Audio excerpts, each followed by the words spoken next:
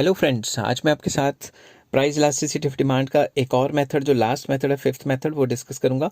Last method है ये, और ये ज़्यादातर graduation and post graduation level पे पूछा जाता है। ठीक है, ये मेथड है रेवेन्यू इलास्टिसिटी ऑफ डिमांड या रेवेन्यू मेथड, या फिर कई बुक्स में इसको रेवेन्यू इलास्टिसिटी मेथड कहा जाता है। इसके लिए दो कंसेप्ट आपको आने बहुत ज़रूरी हैं, average revenue and marginal revenue. ठीक है, तो एवरेज रेवेन्यू होता है जब भी आप एक यूनिट मार्केट में बेचते हो, बीइंग सेलर, तो आपने कितना पैसा कमाया। It is the revenue earned per unit of output. एक यूनिट को बेच के जो भी पैसा कमाया उसे AR कहते हैं, और इसको प्राइस भी कहते हैं। AR is also called price. तो AR का formula total revenue divided by quantity. तो MR क्या होता है? It is change in total revenue as a result of change in quantity.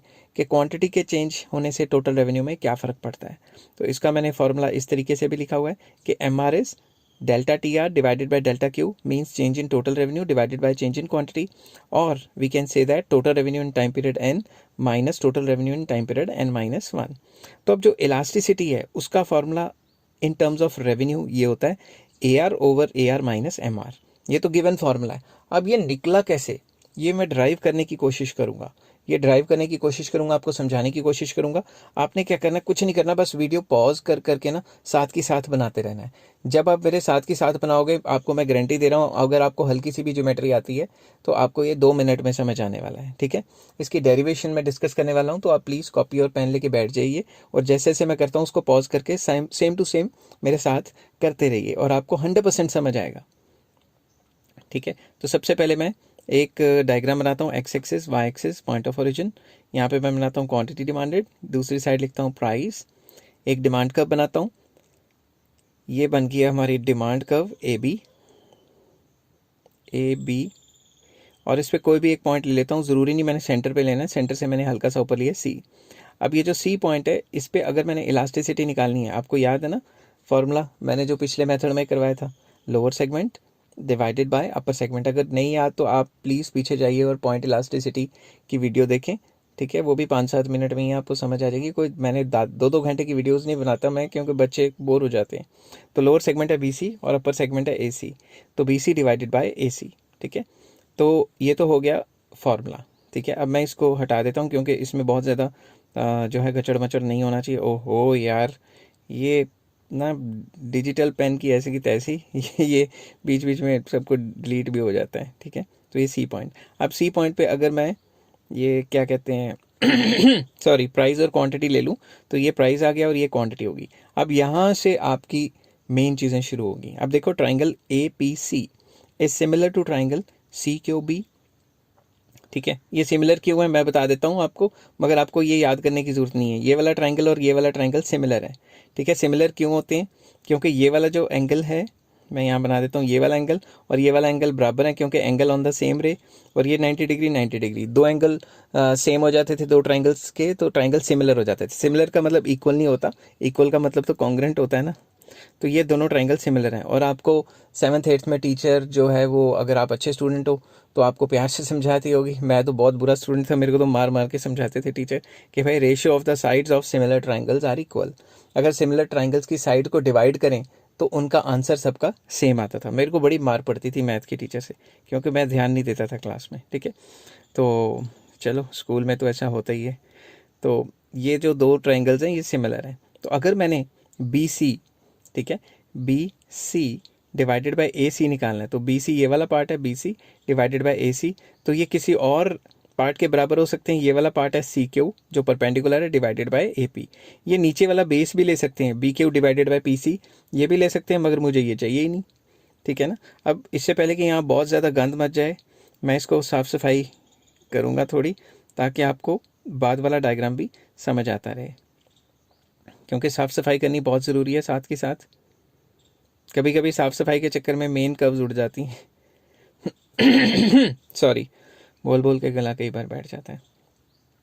तो अब हम क्या करेंगे, अब मैंने ये AR कर्व बनाई थी ना, AB को डिमांड कर्व भी कहते हैं और एवरेज रेवेन्यू कर्व भी कहते हैं। पूरे इकोनॉमिक्स में जो डिमांड कर्व होती है वही एवरेज रेवेन्यू कर्व होती है।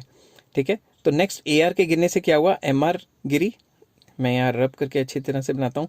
जब AR गिरती है, ये पता है ना आपको, MR उससे भी ज़्यादा गिरती है। हम इस कंडीशन में हम एज्यूम करने कि AR के गिरने से MR उससे डबल गिरेगी। ये बात याद रखना, के आर के गिरने से एम आर उससे डबल गिरेगी, ये चीज़ एज्यूम हो रही है। तो इसको पॉइंट ई दे दिया, इसको एफ दे दिया। अब ध्यान से देखें ज़रा, मैं लिख देता हूँ ए डी जो है वो एम आर का हुआ है, ठीक है। अब ध्यान से देखना, इसमें दो ट्राइंगल को मैं कॉन्ग्रुएंट कर रहा हूँ, ठीक है। तो मैं यहाँ लिख लेता हूँ ए आर के गिरने से एम आर उससे डबल गिरती हुई मैंने दिखाई है, ठीक है। ये मेन पार्ट है इसका। सॉरी। अब मैं लिखता हूँ ट्राइंगल, पहले कलर चेंज करता हूँ, और ये वाला ट्राइंगल और ये वाला ट्राइंगल हूबहू सेम है, सेम मतलब कॉन्ग्रुएंट, ठीक है। तो पेंसिल का कलर चेंज करता हूँ, लिखता हूँ triangle A P E is congruent to triangle C E F. कैसे कॉन्ग्रुएंट है वो समझाने की कोशिश करता हूँ, ठीक है। कॉन्ग्रुएंट तब होता है जब दो ये एंगल बराबर हो गया, ये एंगल वर्टिकली अपोजिट एंगल बराबर हो गए, और ये साइड, ये वाली साइड जो है सी ई, ओहो यार ये टच स्क्रीन में बड़ा स्यापा रहता है, हल्का सा दब जाए कुछ और खुल जाता है, ठीक है। तो ये दोनों साइड्स बराबर हैं, क्योंकि उसके गिरने से वो डबल गिरती है ना, तो जब डबल गिरती है तो ये साइड्स आपस में बराबर आ जाएंगी। तो हमें रीज़न लिखने की ज़रूरत नहीं है, क्योंकि ज्योमेट्री का पेपर थोड़ा है, तो हमें तो बस ये बताना है कॉन्ग्रुएंट है। और अगर ये कॉन्ग्रुएंट है तो इसकी ये साइड ए पी, इसकी ये साइड सी एफ के बराबर आ गई, ठीक है। तो अब मैं थोड़ी साफ़ सफाई कर लेता हूँ, क्योंकि इसके बगैर हमारा काम चलेगा नहीं। ओहो यार, वही जो मैंने आपको कहा था ना कि ये साफ़ सफाई करने के चक्कर में ना वो कर्व ही उड़ जाती है, तो ये मैंने चलो दोबारा बना ली, ठीक है। तो इस तरीके से हमने ये प्रूव कर लिया कि ये जो ए पी साइड है, ये जो साइड है ये किसके बराबर है, सी एफ के। अब मैं एक और चीज़ लिखता हूँ, अगर मैंने सी एफ निकालनी है तो मैं ये जो पूरी की पूरी साइड है सी क्यू मैं लिख लेता हूँ, माइनस करके ये वाली जो साइड है ये पूरी साइड माइनस एफ क्यू, ये भी तो लिख सकते हैं, क्योंकि ये जो पूरी साइड है ये दो पार्ट्स में बनी हुई है। तो सी एफ निकालने के लिए ये पूरी की पूरी C Q minus F Q, समझ के बात। ये साइड निकालने के लिए पूरी साइड में से ये चीज़ माइनस करेंगे तो निकल जाएगी, तो इसलिए मैंने ये फार्मूला लिखा है, इसको भी मैं साफ़ कर लेता हूँ। अब मैं चलता हूँ, यहाँ तक था बस, और कुछ नहीं है इसमें, बाकी सब आसान है। शुरू में प्राइस इलास्टिसिटी का फॉर्मूला था बी सी बाई ए सी, फिर हमने सेकंड में प्रूव किया बी सी बाई ए सी किसके बराबर है, C Q by A P के। अब ये जो C Q by A P है, ए पी की जगह सी एफ डाल दिया हमने, और नीचे फिर क्या किया, C F equal to C Q divided by F Q, C Q divided by F Q. अब ये जो सी क्यू है, यहाँ फिर से लिखता हूँ प्राइस इलास्टिसिटीज़, ये जो सी क्यू है, सी क्यू क्या है, मैं कलर चेंज करता हूँ फिर से, थोड़ा हचड़ पचड़ हो जाएगा। ये सी क्यू है, ये सी क्यू किस चीज़ को टच कर रही है, ये पूरी की पूरी जो लाइन है ये ए आर कर्व को टच कर रही है, ठीक है। तो ये ए आर कर्व को टच कर रही है, तो ये क्या हुई, A R divided by again C Q A R, ठीक है, minus F Q. Colour change करता हूँ, एफ क्यू क्या पोर्शन है, एफ क्यू तो ये वाला पोर्शन है ना, ये वाला, तो ये कौन सी कर्व को टच कर रही है, एम आर को, तो ये क्या हुआ, एम आर, ठीक है। तो ये आपका फार्मूला ड्राइव हो गया, A R over A R minus M R. इस तरीके से फार्मूला ड्राइव किया जाता है। अब कई बच्चे अभी भी कंफ्यूज होंगे, भाई ये ए आर एम आर कैसे हो गया, उनके लिए मैं एक रफ सा डायग्राम बनाता हूँ। सपोज ये ए आर है और ये मान लो ए और क्यू, तो अगर मैंने ए आर निकालना है तो ये ए क्यू इज़ ए आर, ठीक है, ए क्यू ही ए आर है। क्यों, अगर मैं ए को वाई एक्सिस से मिलाता हूँ, ए को मैं वाई एक्सिस से मिलाऊँ, तो तभी आप बच्चे कहेंगे ना भाई O P is A R, भाई ये साइड और ये साइड तो बराबर ही है, ट्राइंगल्स रेक्टेंगल्स की आमने सामने वाली साइड्स बराबर होती हैं। और सिमिलरली अगर मैं एम आर बना देता हूँ, let this is M R, तो अगर मैं यहाँ पे कोई भी पॉइंट का नाम दे दूँ बी, तो ये जो बी के हुआ ये एम आर हुआ, ठीक है।